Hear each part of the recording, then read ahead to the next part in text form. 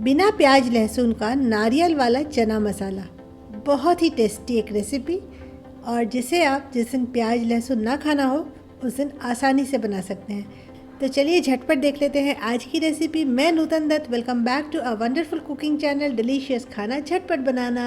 Let's get started.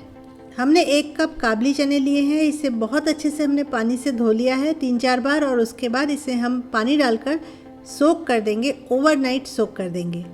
और morning तक हम देखेंगे चने बहुत अच्छे से फूल गए हैं, स्वेल हो गए हैं, ऑलमोस्ट डबल साइज़ के हो गए हैं। और अब इसे हम प्रेशर कुक कर लेते हैं ताकि ये सॉफ्ट हो जाए।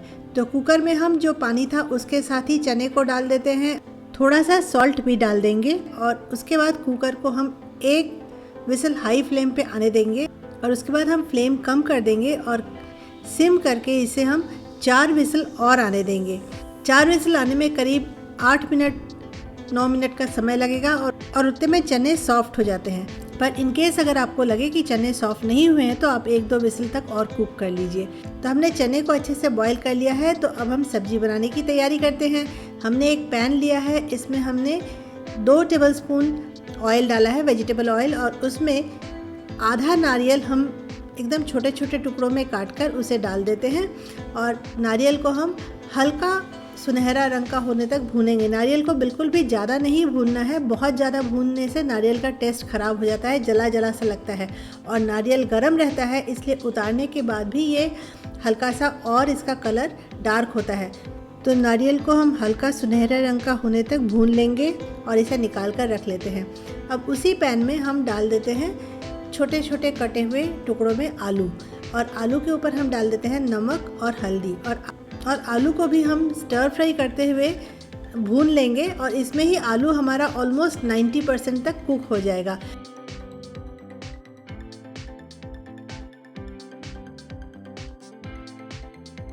तो ये हमारे भुने हुए आलू और नारियल। अब इसी पैन में हम 2 टेबलस्पून ऑयल और डाल देते हैं, और इसमें हम डाल देते हैं सारे खड़े गरम मसाले, तेज पत्ता, दालचीनी, लौंग, इलायची, 1 बड़ी इलायची, थोड़ा सा शाहजीरा और थोड़ा सा जीरा। और जब ये सब अच्छे से कड़क जाए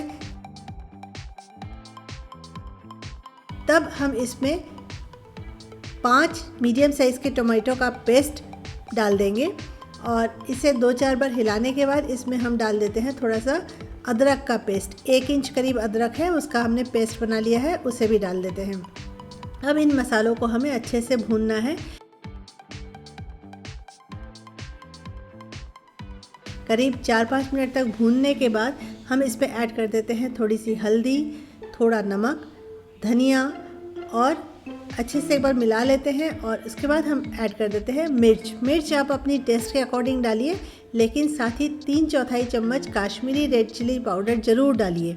और इन सब मसालों को अब हमें तब तक भूनना है जब तक कि मसालों से तेल पूरी तरह से अलग ना हो जाए। तो इसे हम मीडियम फ्लेम पे धीरे धीरे भूनते रहेंगे। और देखिए अब मसालों से तेल सेपरेट सा होने लगा है। मैंने बहुत ज़्यादा तेल तो यूज़ नहीं किया था, लेकिन आप चाहें तो आप थोड़ा सा और ऑयल यूज़ कर सकते हैं। और हम इसे आज बिना प्याज और लहसुन के बना रहे हैं, तो सिर्फ टमाटर है, इसलिए इसको बैलेंस करने के लिए मैंने आधा चम्मच शक्कर डाला है।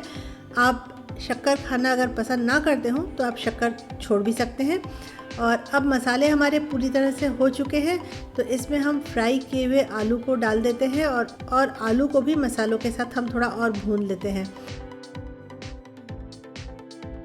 और अब इसमें हम उबले हुए चनों को भी डाल देते हैं,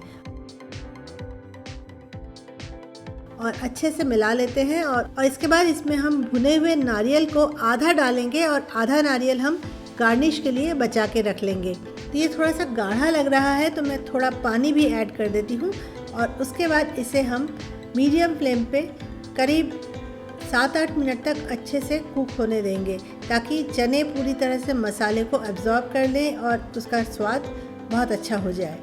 तो चने अब हो चुके हैं, इसे हम एक सर्विंग डिश में ट्रांसफ़र कर लेते हैं, और ऊपर से हम इसे बाकी भुने हुए नारियल से गार्निश कर लेते हैं। और तो बहुत ही ऑसम सी हमारी चने की सब्ज़ी बिना प्याज और लहसुन के तैयार है।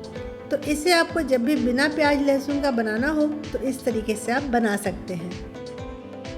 साथ ही हम थोड़ी सी धनिया पत्ती भी लगा देते हैं गार्निशिंग के लिए। मैं उम्मीद करती हूँ कि इस नए अंदाज में चना आपको ज़रूर पसंद आया होगा, और अगर आपको रेसिपी पसंद आई होगी तो प्लीज़ लाइक करना बिल्कुल मत भूलिएगा और अपनी फ्रेंड्स और फैमिली के साथ शेयर करना भी बिल्कुल मत भूलिएगा। और अगर आप मेरे चैनल पर नए हैं तो सब्सक्राइब जरूर कीजिएगा और सब्सक्राइब करके बेल बटन को ज़रूर हिट कर दीजिएगा, वरना आपको पता कैसे चलेगा कि मेरा कौन सा नया वीडियो आ रहा है।